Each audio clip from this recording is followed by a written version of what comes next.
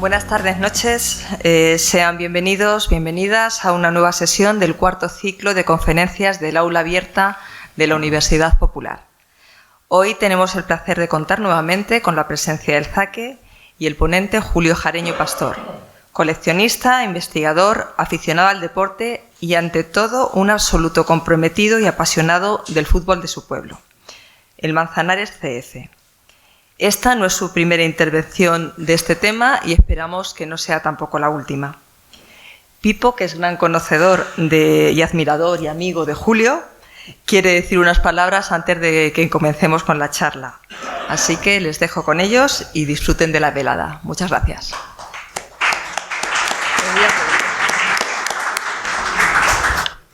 Bueno, no sé si se me oye, sí.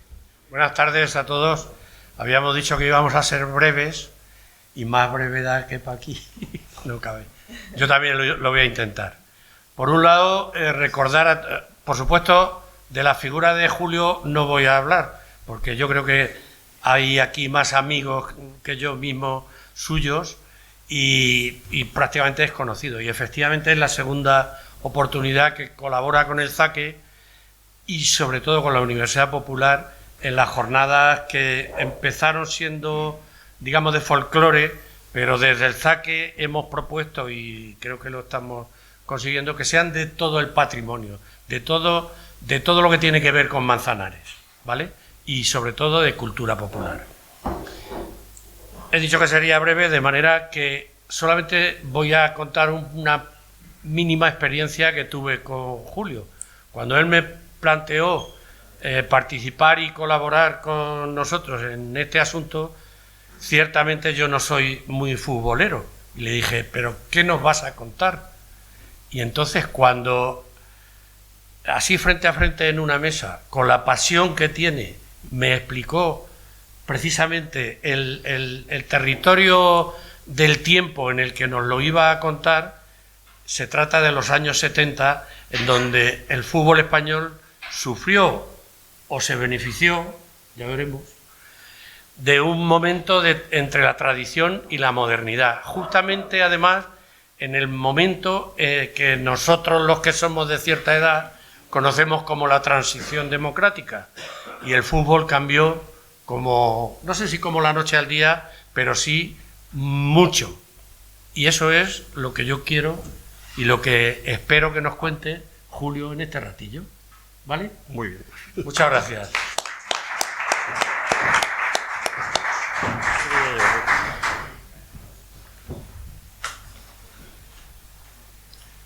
Buenas tardes, bienvenidos.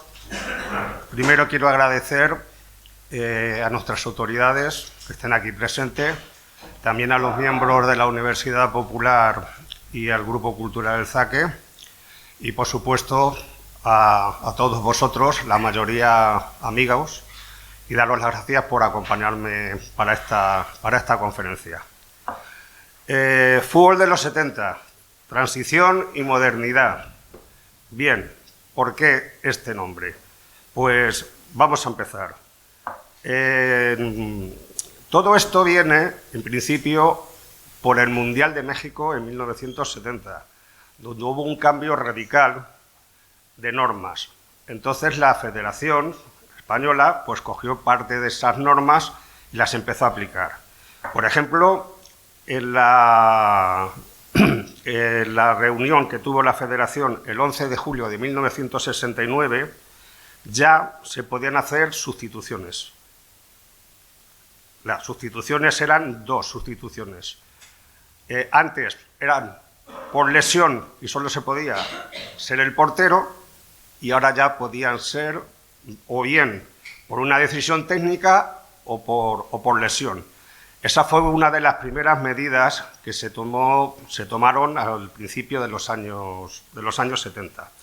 También hay otra también muy importante, que era que se acordó traer entrenadores extranjeros, que no lo sabía antes, pero no podían venir, pero se acordó. Para eso tenían que haber entrenado 3 años en el extranjero y ser equipos de máximo nivel. Entonces, esa fue una de las primeras normas que se tomaron, ¿no? También comentaron que un año después, ya también en la asamblea del 7 de julio de 1970, uno de los acuerdos también que hubo era las tarjetas. Tarjeta blanca y tarjeta roja. Porque antes las expulsiones eran verbales. Y fue también una moda que también se sacó en el Mundial de México. ¿Qué pasa? Que aquí, en España, se utilizaba la blanca y la roja. Blanca amonestación, roja expulsión. Pero en los demás países y en el Mundial de México era la amarilla y la roja. Se cuenta que con los años 70 todavía no había televisiones en color, pues los españoles que vieron aquel Mundial por televisión, bueno, pues a la gente de la Federación parecía que eso de la tarjeta amarilla como que no... El color no se distinguía muy bien y durante 5 años se estuvo utilizando la tarjeta amarilla como amonestación y luego también la tarjeta roja. Como anécdota voy a contar que el primer amonestado fue con tarjeta amarilla fue Kini, el brujo, ¿no?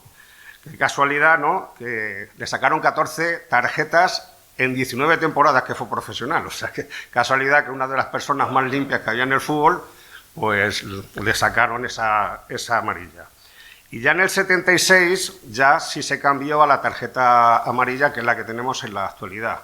El primer amonestado fue Diego, jugador de la Real Sociedad, que luego fue campeona años después. Bueno, en el año 71 hubo también un acuerdo bastante importante en la Asamblea, y eran que los árbitros fueran por sorteo. ¿Por qué? Porque entonces los equipos podían recusar a árbitros. Un arbitraje malo, pues recusaban a los árbitros. ¿Qué problema había? Que algunos árbitros pitaban todas las semanas y otros pitaban 2 partidos al año, sobre todo los que estaban recusados. Y todo esto vino por el caso Guruceta, que fue bastante sonado y que incluso Plaza, que era el presidente de los árbitros, tuvo que dimitir, aunque luego volvería después. Y fue pues un escándalo nacional, hasta dónde llegó todo, ¿no? Esto era unos cuartos de final de la Copa del Generalísimo entonces, en un Real Madrid-Barcelona. El Real Madrid, el primer partido lo gana 2-0 y el partido de vuelta, con 1-0 en el marcador, pues bueno, un pase largo que le dan a Velázquez, Grifé entra y bueno, pues una falta fuera del área que la meten dentro. Entonces penalti, el penalti tardó 8 minutos en tirarse, porque todo el campo se llenó de almohadillas, en fin. Que al final marca Mancio el penalti y hay que suspender el partido porque no dejaron de cara almohadillas. Entonces sí que fue un problema, porque a Guruceta lo sancionan con 6 meses y el Barcelona con una multa de 90.000 pesetas y apercibimiento del campo, no le cerraron el campo. Pero bueno, aquello fue un escándalo que empezó a marcar algo de lo que ahora seguiré comentando. Hay en el año 1972 hay un avance bastante importante. En su día, el ministro de Gobernación, Ramón Serrano Suñer, conocido como el cuñadísimo, porque era cuñado de Franco, sí, estaba casado con la hermana de doña Carmen Porro de Franco. Entonces, por eso le llamaban el cuñadísimo. Pues en su día, cuando era ministro de Gobernación, como he dicho, prohibió todos los anglicismos. de los equipos. Por lo cual, equipos como el Athletic de Bilbao, Racing de Santander y Sporting de Gijón tuvieron que cambiar de nombre. Pasaron a llamarse Atlético de Bilbao, Real Sporting y Real Santander. Y bueno, pues en ese año la verdad es que se revocó ya esa prohibición y pudieron recuperar los nombres que tenían desde siempre. Y bueno, y ahora, viendo que también tengo aquí grandes amigos del Athletic Club, cuento un poco por qué, quizá, no voy a decir esa polémica, por qué al Atlético de Madrid desde entonces siempre se le dijo el Atleti y por qué al Athletic Club el Bilbao. Y era simplemente porque ya, tanto aficionados como periodistas, pues para separarlos un poco, ¿no?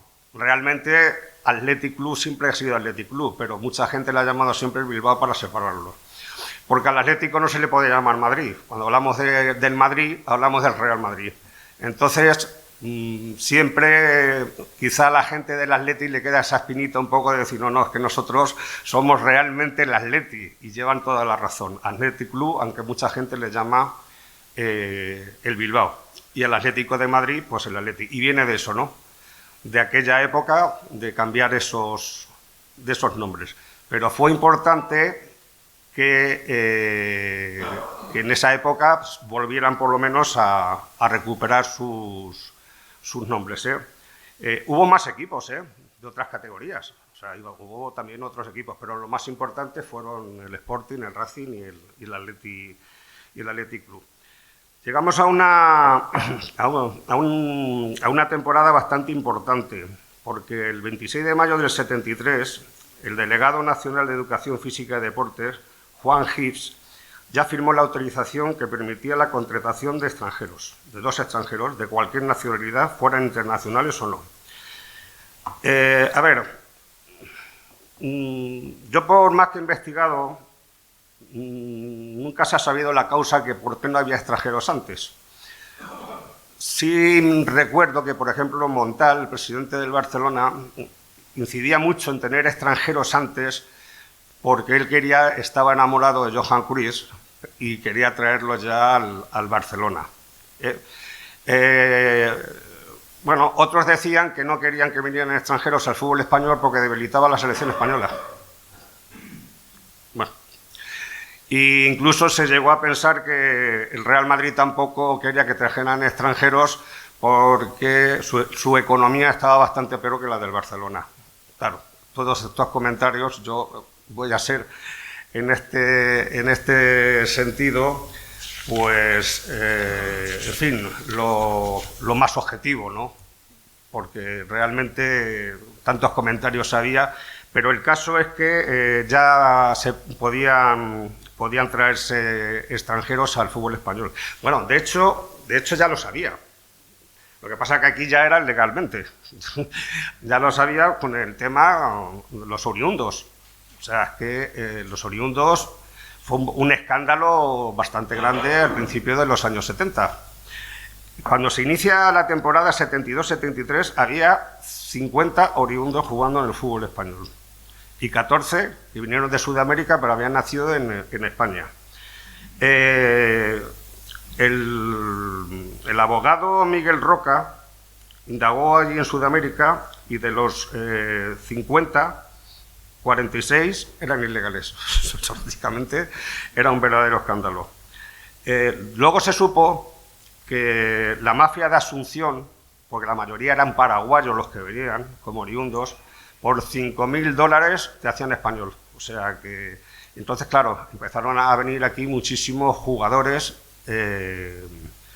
sobre todo paraguayos, argentinos y todo, como falsos oriundos. Aquí con decir que tenías una abuela que había nacido en La Mancha, pues ya eras español. Y bueno, hay casos y anécdotas, sobre todo cuando un jugador, que se llamaba Adorno, le ficha al Valencia. Y en la presentación le preguntan que de dónde era su familia. Dice, no, mis abuelos habían nacido en Celta de Vigo. O sea, eso se quedó ya para la historia. Y otro personaje, del cual hablaré también ahora después, un tal Aguirre Suárez, Aguirre Suárez, le preguntaron también y le tenían que decir que había nacido en Pamplona. Así que en la presentación con el canal le dijeron, bueno, ¿y qué le parece que su familia sea de Navarra? Y dice, no, mi familia no es de Navarra, es de Pamplona. Por lo cual ese desconocimiento que había era... Entonces, los oriundos, como digo, empezaron a llegar aquí a España. No había mucho control y, como digo, venían con la mayoría con la documentación pues falsificada. Así que equipos como el Elche, el Granada y el Zaragoza pues tuvieron hasta 6 o 7 oriundos. De hecho, si os acordáis, los que sois buenos aficionados al fútbol, el Zaragoza llegaría más en los zaraguayos. Arrúa, Diarte, Ocampos, Blanco, toda esta gente que... Sí, nosotros también tuvimos. Sí. Sí. Bueno, como digo, algunos sí que vinieron legalmente, que eran los extranjeros. O sea, no hay que confundir a extranjeros con oriundos, porque los extranjeros sí que venían con su documentación correcta y contaban como extranjeros, 2 extranjeros. El resto eran oriundos. Como has dicho tú, pues sí, Becerra, Venegas incluso, Panadero Díaz, esos que vinieron al Atlético, y de muchos más equipos, ¿no? ¿Qué pasa? Que con la derogación del decreto que había de que ya se podían fichar extranjeros, el mercado, sobre todo del verano de 1973, fue un auténtico mercado persa. Empezaron a venir ya un montón de extranjeros, pero ya se puede decir legales. Los más importantes, pues por ejemplo, Johan Cruyff, y que era entonces el mejor jugador del mundo, estaba considerado como el mejor jugador del mundo, Johan Cruyff y Sotil vinieron al Barcelona, que ha fallecido prácticamente estas Navidades. El Real Madrid pues trajo a Netcher y a Óscar Pinino Mas. El Atlético trajo a Ayala y Heredia. El Valencia trajo a Keita y a Red. En fin, empezaron a venir buenos jugadores. Y los únicos que no hicieron, los únicos equipos, porque eso también, la normativa iba para segunda división, pero los únicos equipos que no cogieron extranjeros, por decirlo de alguna manera, fueron 4 equipos: Baracaldo, Osasuna, Athletic Club y Real Sociedad. Esos se saltaron. Luego ya con el tiempo empezaron a llegar ya muy buenos futbolistas, más temporadas. Voy a citar algunos, porque, bueno, pues, por ejemplo, Breiner y Stilike, que llegaron posteriormente al Madrid, Nesken, por supuesto, recién fallecido también, desgraciadamente, al Atleti, Luis Pereira y Leiviña, Kempes al Valencia, y luego pues Carnevali también a Las Palmas, junto con Wall y Brindisi, por ejemplo, Escota y Bertoni, que llegaron al Sevilla, Von Hop también llega al Valencia, Dirceu, Morena y Diarte. Hay muchos más, pero yo he puesto sobre todo estos. Bueno, voy a hablar ahora un poco del público de la época, de los 70, que no tiene nada que ver con el de ahora.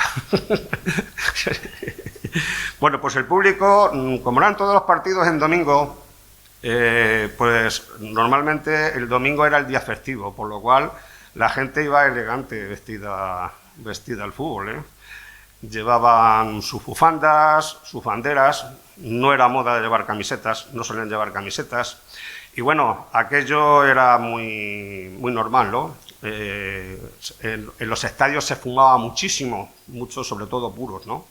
Porque claro, ya sabemos, ¿no? El domingo, la café, la copa y luego el puro y al fútbol, ¿no? Entonces, y como digo, se fumaba mucho en los estadios. No solamente en los estadios, En aquella época se fumaba en autobuses, en hospitales, en todos los sitios se fumaba, ¿no? A ver, cuando la actuación arbitral pues no era del agrado del público, pues se llenaba todo esto de almohadillas y todo lo demás. ¿Y qué función tienen las almohadillas? Voy a decir, pues, por la mayoría de los campos de fútbol, entonces los estadios eran las gradas de cemento. Iban numeradas, pero de cemento, no había sillas. Por lo cual la gente compraba sus almohadillas en el propio estadio y entonces, pues, cuando terminaban los partidos y la labor del árbitro no era la que consideraban, pues se llenaba todo de almohadillas. Yo voy a contar una anécdota personal, a mí no se me olvida. Yo el primer partido que voy a ver al Atleti es el 15 de mayo del 73, es contra el Deportivo de La Coruña. Si ganaba el Atleti era campeón de Liga, si empataba o perdía era el Barcelona y no bajaba el Deportivo, ¿no? Entonces yo cuando subo las escaleras, y claro, por un crío con 10 años que es la primera vez que va al fútbol, y veía que se vendían almohadillas allí. Y yo pensaba, digo, joder, si aquí venden almohadillas para luego tirarlas, ¿no? O sea, fíjate qué mentalidad de crío, que pensaba que las vendían para que luego las tirara la gente. Luego, claro, cuando ya mi padre me compró una, ya vi que era para esto, ¿no? No sé si os acordaréis cómo se seguían antes los partidos en los estadios. Por un marcador simultáneo dardo que se llamaba. Eran unos marcadores que había con publicidad. Colacao, Danone, Licor 43, Larios, Bonca, bueno, eso valía. Entonces eran unos marcadores que había una persona allí que iba poniendo pues 1-0, 2-0 y tal. ¿Qué pasaba? Que estas marcas que os he dicho, que las había muchísimas, comprabas un periódico y en el periódico te ponía, por ejemplo, Colacao, es el partido Real Madrid-Granada. Danone, Atlético de Madrid-Betis. Entonces, ¿qué pasaba? Iban poniendo los resultados, la gente miraba su periódico y sabían cómo iban los partidos. Entonces, claro, no había marcadores electrónicos ni nada. Y tampoco en esa época no se solía llevar el transitor. Cuando ya la gente empezó a llevar el transitor, ya el marcador no tenía mucho objeto. Pero durante mucho tiempo, incluso en los años 60, lo que era el famoso marcador simultáneo dardo era muy interesante. Si queréis luego, pues no sé, en internet lo podéis poner y podéis poner una persona allí como iba cambiando según iban cambiando los partidos, y entonces el espectador podía ver perfectamente cómo iba todo lo de la liga. En esa década también, como he dicho, cuando la actuación del árbitro no gustaba, pues al acabar se llenaba el campo de almohadillas, ¿no? Y entonces hubo algunos problemas ya con los árbitros, porque se tenía un acceso muy fácil para entrar al campo de fútbol el espectador, lo que era el terreno de juego, ¿no? Y bueno, hubo un escándalo bastante gordo en un Barcelona-Málaga, que es cuando expulsan a Johan Cruyff. Un tal Melero Guaza, que fue el árbitro. Aquello salieron, agredieron a este hombre y tal.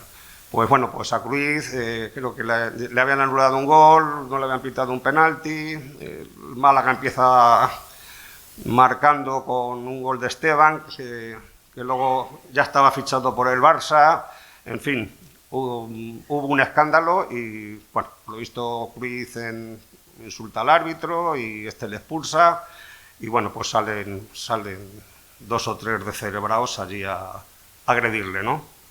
Dicho esto, este hombre, ya después de este escándalo, no volvió a pitar, el Melero. Entonces ya la federación, porque ya había habido también otros escándalos en Europa, ya obligó a poner vallas.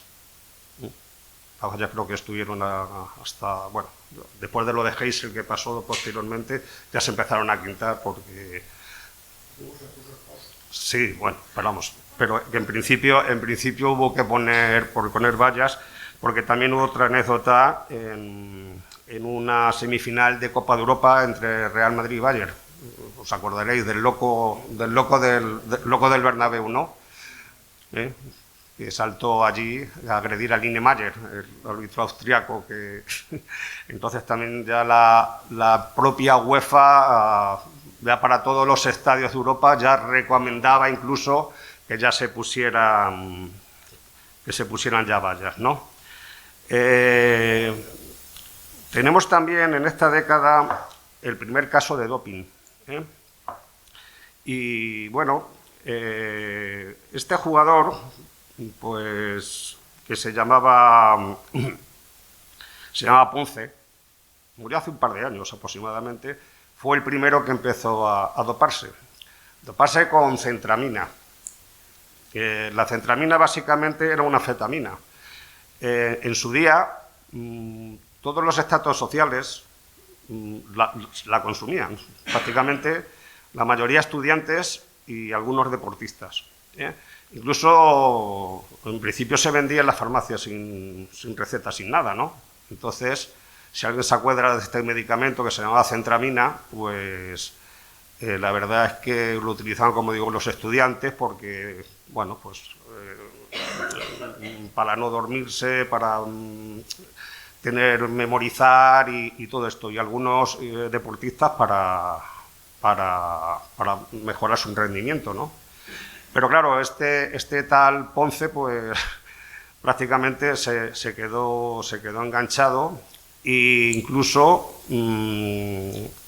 empezó a consumirla ya prácticamente cuando ya estaba terminando su carrera. O sea, este jugador estuvo en el Córdoba, estuvo en el Calvo Sotelo, estuvo en el Albacete, fue de los primeros jugadores que salió de España a jugar, fue a Canadá, jugó en Toronto, entonces no salían españoles prácticamente allí, y la verdad que este hombre se volvió prácticamente un drogadicto.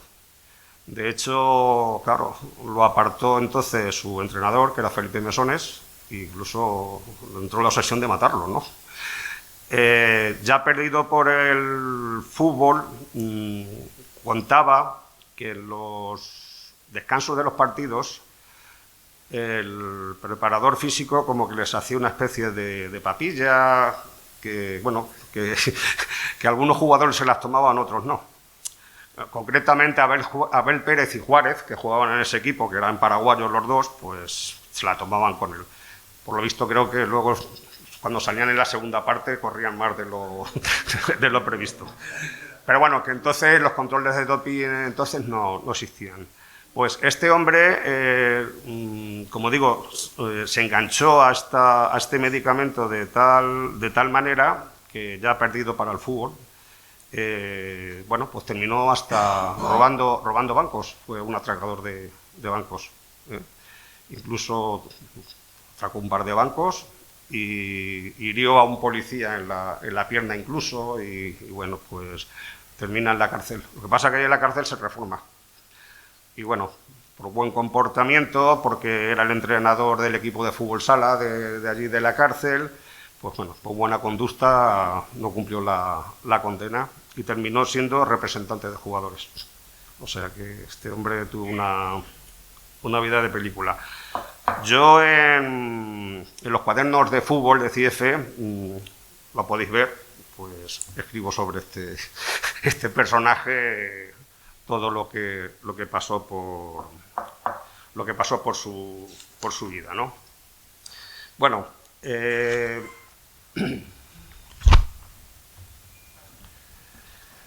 aquellos años el fútbol era muy violento, o sea, no se tenía la forma física que hay ahora, ni mucho menos, los jugadores no se cuidaban tanto. Hay casos como, por ejemplo, de dos jugadores, uno sonará más que otro, que es Quinito y Luis Pereira. Quinito era un jugador muy bueno portugués que lo fichó el Racing de Santander, junto a Damas, el portero, un buen portero que trajo el Racing, los dos extranjeros que todavía se permitían. Y bueno, este era médico, pero era hippie, o sea, nada. Y los descansos del partido como que se liaba algo de hierba y bueno, se fumaba, no sé, tal.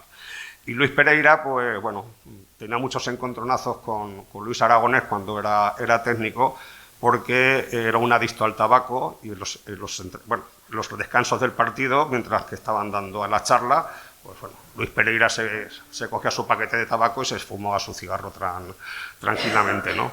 O sea que ahora en el fútbol actual eso es prácticamente imposible, pero antes, como digo, pues el fútbol se tomaba prácticamente de otra manera. Aunque eran profesionales, no lo demostraban de esa manera. Y lo que sí había era mucha violencia, sobre todo en las defensas. Voy a citar a una serie de personajes que os van a sonar a todos, pues como era Benito, era de Felipe, Ovejero, Ortiz Aquino, Fernández, que era jugador de Granada. Todos estos dejaron un buen sello en las tibias de los rivales. Pero sobre todo voy a hablar de uno en especial, que es Aguirre Suárez, de que yo he hablado antes también, el que dijo lo de Navarra y lo de Pamplona, ¿no? O sea, este personaje que vino del Estudiantes de La Plata, jugó una Intercontinental contra el Milán. Tenía muy pocas opciones porque el Milán gana 3-0 y luego tienen que ir a jugar a La Plata, ¿no? Allí no. Allí el partido termina 2-1. Pero bueno, hay una serie de incidentes y cómo sería este hombre, que bueno, que no sé a cuántos le partió la nariz y tal. El caso es que, como estaba ya próximo el Mundial del 78 y el gobierno, antes del golpe de Estado que se da en 1976, golpe militar que se da, pero como quieren dar una buena imagen, pues a este hombre le meten 5 años de sanción y un mes de cárcel. O sea que nada, es que aprovecha el Granada para ficharlo. O sea que este Ortiz Aquino era un personaje de mucho cuidado. Entonces había muchas lesiones y los jugadores realmente se retiraban pronto, porque a los 29, 28, 29 años estaban la mayoría machacados, ¿eh? O sea que había mucha violencia, ¿eh? O sea, la verdad es que, ¿os acordáis también? Por ejemplo, Gárate se retiró también muy pronto, pues una lesión que tuvo, Bustillo también, bueno. Y bueno, pues sobre todo el equipo que más miedo se le tenía entonces era el Granada. Y bueno, tenía buenos jugadores, tenía allí jugadores como Porta, nuestro Castellanos, famoso, ¿no? Pero bueno, el tal Fernández ese que le dejó a Mancio la pierna colgando, prácticamente, y este hombre, como he dicho, el Aguirre Suárez, y luego vino también otro personaje que, si os acordáis, era Montero Castillo, padre de Montero, que jugó en la Juve muchos años. Bueno, pues, como digo, el fútbol, o sea, daba miedo ir a Granada. Los jugadores, allí era la guerra. Es más, incluso cambiaron en esas temporadas prácticamente la camiseta roja, pues las rayas verticales como las horizontales, como si fueran jugadores de rugby.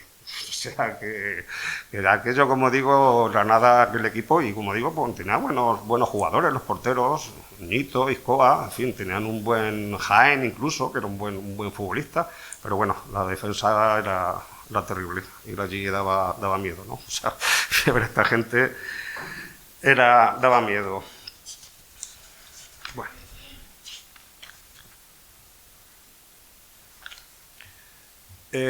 Preparando esta conferencia, he mirado actualmente cuántos Garcías hay en España.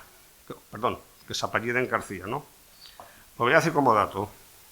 Como primer apellido, 1.449.474. Como segundo apellido, 1.469.550. Y que se llamen García, 75.854. ¿Por qué doy estos datos? Por una sencilla razón. Porque si en el fútbol hablamos de García, todos sabemos de quién hablamos, ¿no? De José María García. ¿Entienden, no? Bueno, pues en aquella época había bastantes.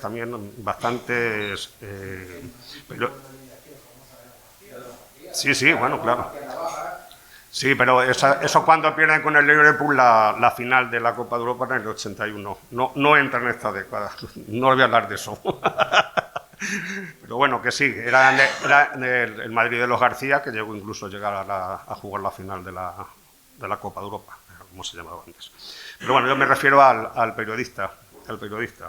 Bueno, pues las víctimas preferidas pues fueron pues, José Plaza y Pablo Porta. Acordaros, Pablito, Pablete, ¿no? Hablaba de la corrupción. Bueno, este hombre fue no sé, ha sido quizá el periodista más importante que ha habido por las polémicas que generaba y por todo lo demás. Pero bueno, también había periodistas importantes por aquella época, como Miguel Or, Juan Antonio Fernández Abajo, Alfonso Azuara, Mari Carmen Izquierdo, que fue la primera periodista que hubo. Y yo me quedo también con dos para mí muy importantes, que me gustaban mucho. Uno era Juan Manuel Gozalo, me parecía un extraordinario periodista, además era el que llevaba Estudio Estadio, no tiene nada que ver con el de ahora, no sé si lo ve alguien ahora, pero entonces estaba. Y sobre todo uno que me encantaba era Héctor del Mar, el hombre del gol. Era una delicia escuchar los partidos y sobre todo los apodos que le ponían a los jugadores. Cámara Lenta del Bosque, Tarzán Migueli, Puma Santillana, Negrito Zumbón Luis Pereira, Serrucho Sierra, tenía algunos Bombón Futre, Tarzán Migueli, en fin, la verdad. Y luego era curioso porque cuando cantaba un gol se tiraba como 2 minutos con gol, y luego no, realmente pues su jugador un voleo, por ejemplo, y decía cuidado con los ovnis y cosas de estas, o sea que tenía un repertorio y era espectacular escucharle. Era un periodista que es eso, se dedicaban entonces a esto. Pero bueno, como digo, José María García sí que creó tendencia. Ya no solamente con el fútbol, si os acordáis, en las carreras ciclistas iba con el helicóptero y todo esto, y fue José María un referente, ¿no? Entonces, pues, yo creo que entonces el periodismo es mucho más sano que ahora, ¿no? ¿Entiendes? No, hay mucho trompetero ahora, pero bueno, no es cuestión de comparar. Luego quería recordaros un poco los periodistas de aquella época, ¿no? Los árbitros, pues, bueno, como sabéis, vestían rigurosamente de negro, no como ahora, que parecen unos pinceles. Su estado físico era pésimo, y había pues árbitros como, bueno, Urrestarazu, Tomeo, Guruceta, Fandós, Canera, Navarrete, Camacho, hasta que aparece un tal Franco. ¿Qué pasa? Que este árbitro, pues normal, entonces estábamos todavía en la dictadura y entonces pues la gente a lo mejor aprovechaba en insultarle, y Franco no sé qué, Franco no sé cuánto, esto. E incluso los medios de comunicación, algunas portadas de los periódicos, Franco, la mala actuación de Franco, o Franco ha perjudicado al Español, pues si jugaban con el Español de Barcelona, entonces todas esas cosas no gustaron, y entonces se decidió poner entonces ya los 2 apellidos a todos los árbitros, aunque sí. Otra novedad más, ¿no?, de esto de la transición y modernidad, ¿no? Desde entonces los árbitros se les dice por sus 2 apellidos. Entonces, claro, nos dejaron curiosos apellidos. Por ejemplo, con Don Uriz o Acebal Pezón. Estos árbitros curiosos, los apellidos, pero bueno, que sí, que quitaron, ¿no? Sobre Franco Martínez, decir que en las finales de la Copa del Generalísimo nunca pitaba. Y eso que era uno de los mejores árbitros que había. A la muerte de Franco luego llegó a pitar 3 finales de Copa del Rey. Pero que durante Franco, como tenía que ir a recoger prácticamente, a dar el trofeo del Generalísimo, pues Franco Martínez no pitaba, ¿no? Y bueno, como he dicho antes, se podían recusar los árbitros. luego hubo una sentencia de que no, y entonces empezaron a llamarse lo que eran los árbitros halcones o palomas. Claro, ¿cuál era el árbitro halcón? Pues para el que iba de visitante, pues era un árbitro halcón porque les podía beneficiar. Vamos a decir de los anticaseros, ¿no? Y las palomas eran los caseros, los árbitros que querían que te pitaran en casa. Eso creo que lo decía mucho Alfonso Azuara, hablaba mucho de los halcones y las palomas, ¿no? Entrenadores. Bueno, pues los entrenadores que había entonces, prácticamente, pues la preparación física pues era prácticamente nula. De hecho, tenían sus preparadores físicos, pero no contaban con ellos. Y había entrenadores, uno de ellos os vais a acordar, sobre todo los atléticos, que era Mas Merkel, ¿no? Vino del Sevilla, le decían Mr. Látigo. Este hombre, el día que se le cruzaron los cables, que era casi siempre, les cogía a todos los jugadores y les hacía subir por la tribuna, por las gradas y darle la vuelta al campo, pues prácticamente eso es lo que hacían. Es que la preparación física que había en esos años era nada más que 4 flexiones y a jugar, y ya está. Correr por ahí y ya está. Dicho esto, pues los entrenadores, como digo, la preparación física de los jugadores no era la más idónea, y los preparadores físicos incluso estaban ahí como figuras decorativas, ¿no? Entonces, bueno, pues podemos decir que en el caso de Mas Merkel, pues bueno, prácticamente los métodos eran arcaicos, ¿no? En aquella década también, y sobre todo el 23 de enero del 78, es cuando la Asociación de Futbolistas Españoles, llamada luego AFE, celebra su primera asamblea, ¿no? El presidente Joaquín Serraquino, jugador que estuvo en el Valencia, tal, Bartolomé Real, jugó en el Salamanca y en el Rayo, y curiosamente Ángel Villar. Entonces, que luego pasó a la oposición, luego fue presidente de la federación, ¿no? Pero estuvo en la primera asamblea de la AFE, ¿no? ¿Qué reivindicaban? Pues mayoritariamente pues las deudas pendientes. Los presidentes gastaban mucho dinero en fichajes que no se resolvían, sobre todo extranjeros. Estamos hablando de ellos, de los oriundos y todo esto.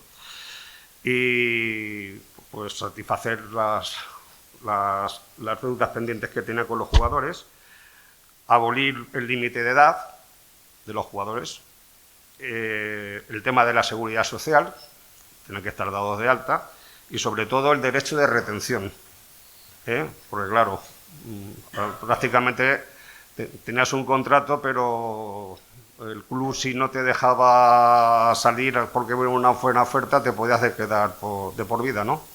Como pasó a Babá, el jugador del Elche, que tuvo muchas oportunidades de salir porque era un gran jugador y al final pues, prácticamente terminó casi la indigencia por no salir, ¿no? Entonces también, pues bueno, pues eso fue un avance también el nacimiento de la AFE, ¿no?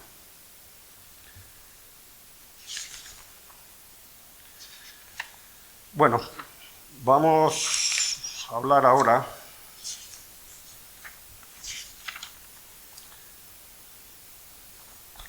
de la trayectoria de los equipos españoles en Europa. No fue muy positiva, ¿no? En aquellos años, más que nada porque siempre nos encontrábamos con los mismos rivales, que era el Ajax y el Bayern. O sea, es que el mejor Ajax y el mejor Bayern fueron en aquellos años. De hecho, en el año 71, 72, 73, el Ajax gana la Copa de Europa, 74, 75, 76 el Bayern de Múnich. ¿Y por qué se demuestra? Pues es que es lógico. ¿Os acordáis quién jugó la final del Mundial del 74? Holanda-Alemania. Es que prácticamente con la base de los jugadores del Bayern y del Ajax. Pues en el Ajax nos acuerda de John Glor, de Kroll, de Resenbril, de los hermanos Van der Kerkhoff, en fin, si nos vamos a la selección, la naranja mecánica. Pasó como la Atleti, ¿no? Que pierde tres finales de la Copa del Mundo, nosotros de Europa, pero no viene al caso. Y si nos vamos ya a la selección de Alemania, pues figúrate, pues tenía 9 del Bayern, pues entre Mayer, Overath, Grabowski, Sassenberg, Beckenbauer, pues nada. Pues entonces, como digo, aquí he notado a lo poco que llegan los equipos españoles, y por ejemplo el Real Madrid pierde la final de la Recopa en la temporada 70-71 con el Chelsea, a doble partido. Ni qué decir tiene que en Liga, el campeón de Liga iba directamente a la Copa de Europa, el campeón de Copa iba a la Recopa, y segundo, tercero y cuarto iban a la Copa de Ferias, que luego se llamó Copa de la UEFA. Yo creo que era un trofeo bastante bonito el de la Recopa, a mí me gustaba bastante, no sé por qué se quitó, pero bueno, me parece un trofeo bastante bonito. Pero este justamente lo pierde el Real Madrid contra el Chelsea. Del Atleti, ¿qué vamos a decir? La temporada 70-74 pierde la final contra el Bayern de Múnich, quedando, 10 segundos. Un jugador de nombre impronunciable como Sassenberg, pues tiró casi desde el medio del campo y mira, pasó por todo esto, ¿no? Entonces, claro, como no había penaltis, pues se tuvo que jugar un partido después a las 48 horas. Y bueno, ahí fue la máquina alemana, los 4-0. Bueno, pero vamos, los alemanes tenían además estos, además de la paliza que se pegaron con la prórroga, moralmente estaban...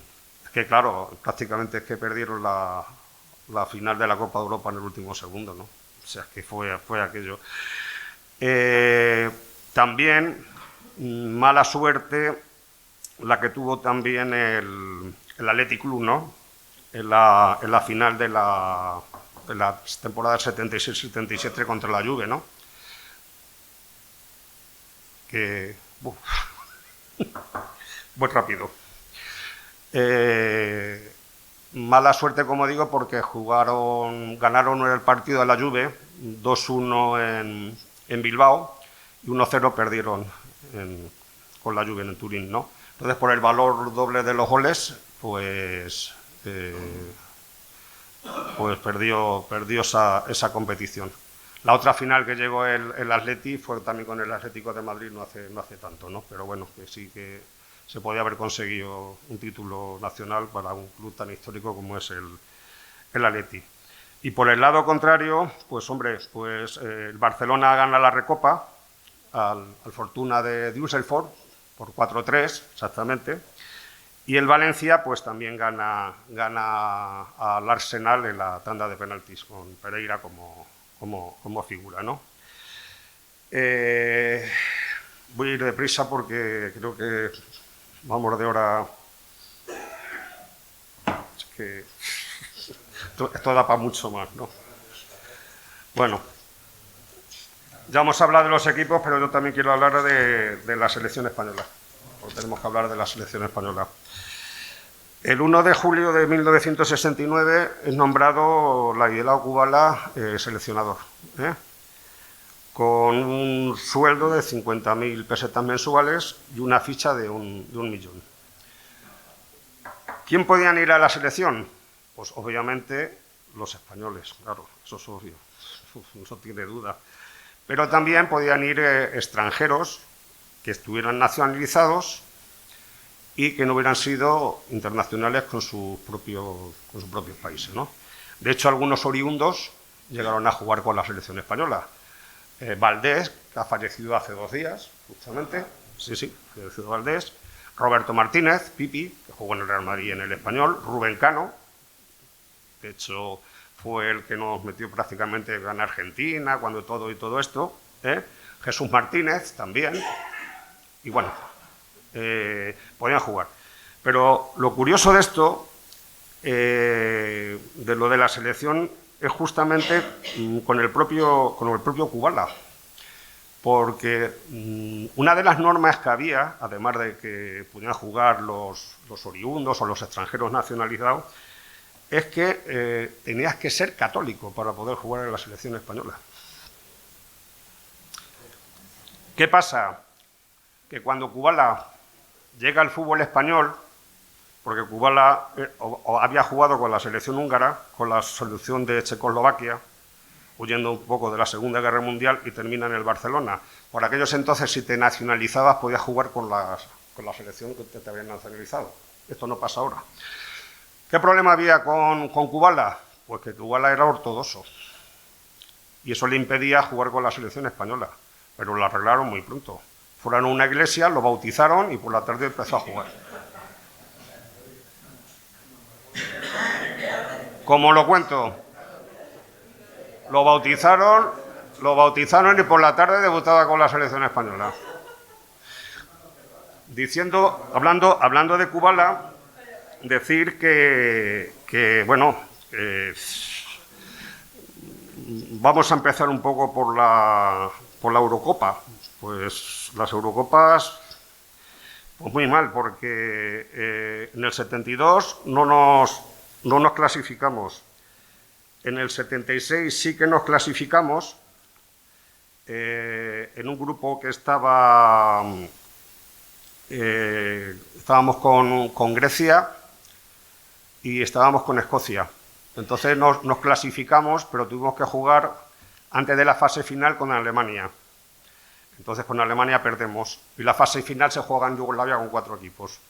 La final la gana empatan a 2 y la gana Checoslovaquia. ¿Cómo la gana Checoslovaquia? En el penalti más famoso de la historia, con el penalti de Panenka. Por lo cual, como digo, lo que fue en las Eurocopas muy mal. Sí que nos clasificamos para la Eurocopa de 1980, que nos tocó, que se celebró en Italia, nos tocó Italia, nos tocó Bélgica y Inglaterra. No, solo empatamos con Italia y los otros 2 partidos los perdimos. O sea que las Eurocopas, desde el año 64, que fue cuando la ganamos, fue un desastre. Si nos vamos a los mundiales, ¿de qué vamos a hablar? En el mundial del 70 no nos clasificamos. En el de 74 empatamos a todo con Yugoslavia, porque estaba Yugoslavia, España y Grecia. Ganamos los 2 partidos a Grecia, pero los 2 partidos con Yugoslavia los empatamos. Y hubo que jugar en Alemania un partido de desempate, que perdimos 1-0 con el gol famoso de aquel defensa que se llamaba Katalinski. Katalinski, exactamente. Así que en el 74 tampoco estuvimos. Sí que nos clasificamos en el 78 con el famoso partido de la batalla de Belgrado. Ese gol de Rubén Cano, ahí estabas tú. Bueno, pues ese partido se juega al mediodía, y a España realmente, incluso perdiendo 1-0, nos clasificamos, ¿no? Bueno, aquello fue una batalla campal, empezaron con mucha dureza los yugoslavos, y bueno, aquello era un polvorín en Belgrado. Incluso una vez que ya ha metido Rubén Cano el gol, pues en fin, Juanito, que lo van a sustituir, hace un gesto a la grada como diciendo, estáis cayendo, y le cae un botellazo, ¿no? Pero aquello sí, un botellazo, que aquello fue un escándalo, ¿eh? Sí, sí, aquello fue un escándalo. Se jugó al mediodía y se televisó el partido. No sé por qué nos pusimos todos malos ese día para no ir al instituto. No sé qué nos pasó a todos que vimos el partido, pero aquello fue terrible, ¿eh? Y bueno, pues ya entramos al Mundial del 78, que allí prácticamente, pues bueno, a ver, nos toca en el grupo, primero Austria, que perdimos 2-1, nos marca el gol Hasi Krakel, que era el jugador del Barcelona, y el partido de Brasil famoso con el no gol de Cardeñosa, y el último partido lo ganamos con un gol de Asensi a Suecia, pero no nos clasificamos, ¿no? No me voy a extender de todo lo que pasó en aquel Mundial, porque da para una charla completa con todo lo que pasó. Plena dictadura de Videla y, bueno, y todo. Bueno, sí, bueno, el 6-0 a Perú, pero bueno. Eso da para. No me voy a extender y demás con las presas que tenemos. Exactamente, la finca. Sí, exactamente, la Martona. Por la época del año era invierno en Argentina. Sí. Y creo que pasaron un frío. Aquello fue un escándalo. Para ir terminando, me quedan un par de temas que tengo que decirlos, ¿no? Porque, a ver, con la muerte de Franco, pues, prácticamente, y con la llegada de la democracia, los jugadores no fueron ajenos a todos estos cambios, ¿no?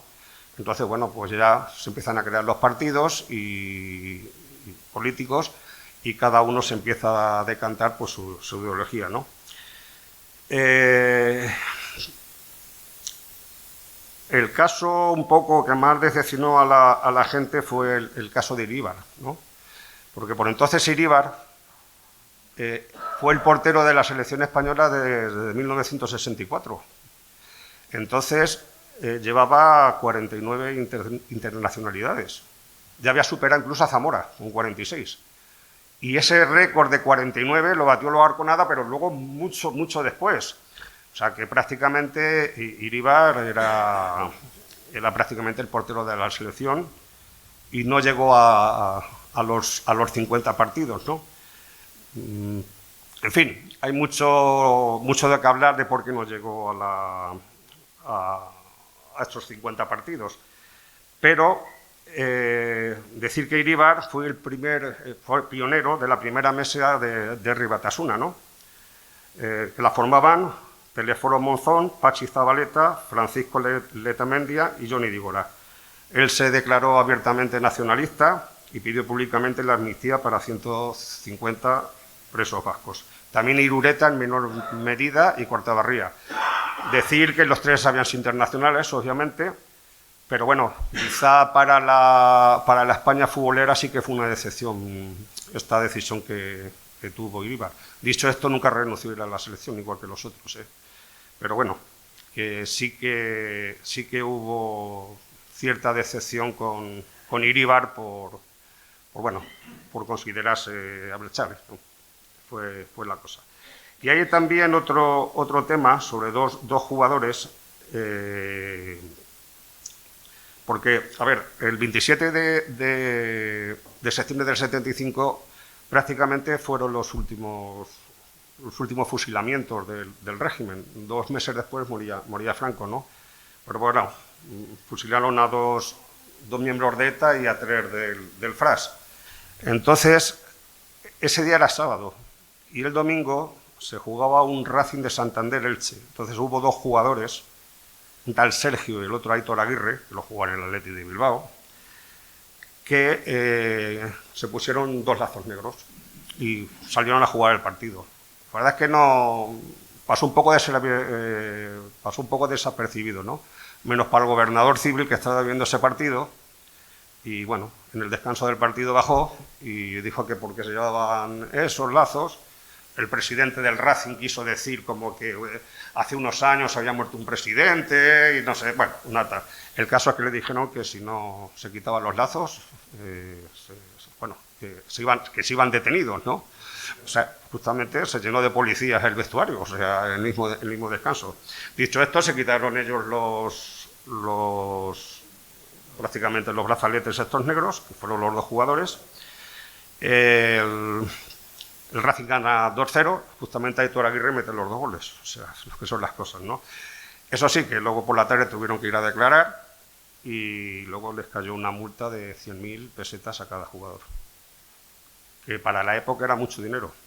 Daros cuenta que para esos años, con 200.000 pesetas te comprabas un piso, ¿eh? O sea, que le metieron un palo de narices, ¿no? Y para terminar, puesto que a mí me hubiera gustado y estoy encantado de seguir y tengo muchos más temas, pero hombre, no me quiero olvidar también del obituario, ¿no? En fin, de la gente que falleció, sobre todo gente en activo, ¿no? Y bueno, pues mira, el 9 de marzo del 71 fallece Juan Güedes, jugador de Las Palmas, a los 28 años, era internacional, y por un cáncer intestinal, ¿no? El 9 de enero del 72 fallece un jugador que se llamaba Sein, de la Real Sociedad, en un accidente de tráfico, ¿no? Y el 28 de septiembre del 72 fallecía Miguel Martínez. Este jugador le ficha el Atlético de Madrid junto con Colo y Luis Aragonés, del Betis. En una gira por Uruguay tiene un golpe en la cabeza y está 7 años en coma. Seguramente a lo mejor os acordáis de este tal Martínez, que estuvo mucho, como digo, 7 años y falleció. Y bueno, dejo para lo último los más sangrantes, ¿no? El 7 de enero del 73 pues, fallece en el Pasarón Pedro Berruezo, jugando contra el Pontevedra. Jugando en pleno partido, pues cayó y prácticamente fue por un derrame cerebral, ¿no? Este Berruezo tenía un primo que fue profesor aquí en Altagracia, a lo mejor algunos os ha dado clases. Exactamente, pues era primo de... Y aquello fue muy sonado lo que pasó, porque además el partido siguió. O sea, los jugadores se enteraron de que había fallecido una vez que acabó el partido. Que por cierto perdió el Sevilla 2-0 con el Pontevedra, ¿no? Y dejo también para estos últimos, también el 9 de junio, fallece también por un problema, una infección vírica, una hepatitis, fallece Tonono, que estaba también en activo. De hecho, 9 días antes de su fallecimiento había jugado contra el Málaga un partido de Copa. Entonces también fue, porque además era el central internacional de España, Tonono, ¿no? Y ya, pues para terminar con estas desgracias, pues voy a hablar también de Francisco Ballester. Francisco Ballester era un defensa del Elche, le ficha el Real Madrid y el primer partido que juegan en la Copa, además, con Las Palmas, pues se lesiona solo. Y bueno, ya pasa un calvario porque ya no se recupera prácticamente para el fútbol. Le cede el Madrid al Castilla para ver si se va recuperando, pero prácticamente no llegó a recuperarse. Y termina jugando en el equipo de su tierra, en el Olímpico de Sátiva, ¿no? Allí en un entrenamiento le dan un golpe en los testículos, y de ahí se le forma un cáncer y fallece. El caso de Ballester fue muy sonado, ¿no? Y tenía 30 años, Fue también un caso que llamó mucho la atención, ¿no? O sea que ficharlo en Madrid, lesionarse justamente en el primer partido, en un partido de Copa al solo, y de ahí ya un calvario, y luego encima la mala suerte de en un entrenamiento con el equipo de casa, pues ya está.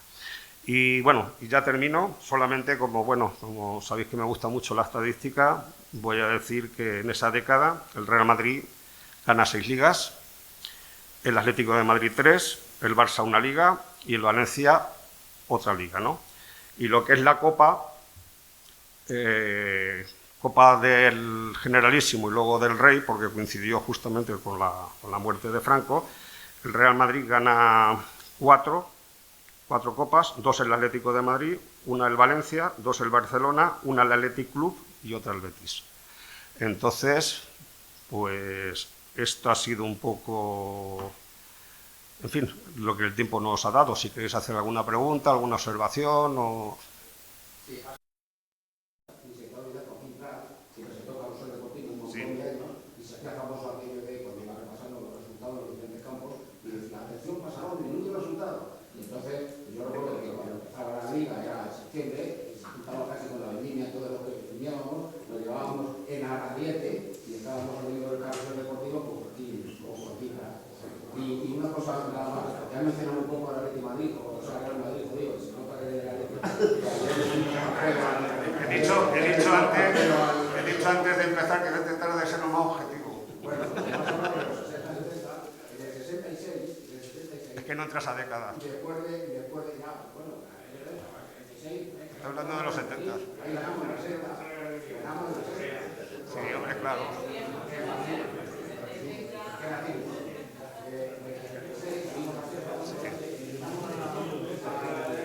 Por favor. De ahí Mazola, Taylor, Suárez y Córdoba jugaban dos españoles, Suárez y Taylor. Y en la final eliminamos al capitán de Belgrado. Ese partido, fíjate, la finca que tenía mi abuela estaba a 5 o 6 kilómetros de Belgrado, nos fuimos en un tractor de aquellos que había, 6 o 7 venidos de allí, a los llanos, a ver el partido, y ahí eliminamos al capitán de Belgrado, y al final entramos por Europa. Y entonces el Madrid jugó con Betancourt, no, porque estaba lesionado, jugó a Quintay, Betancourt, Carmen, Ezequiel, Sassi, y Rizzoco, Amancio, Serena, Rosso, Blanca y Centro. El Madrid de los Yeses.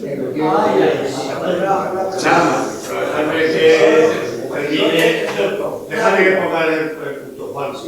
Os habéis dejado un periodista fundamental en los escenarios, José López Cabo. Roca, es que su hijo. Una duda. Cuando has dicho que el escándalo de Buceta fue en Barcelona, un equipo era el Barcelona. ¿Quién era? El Real Madrid. Ah.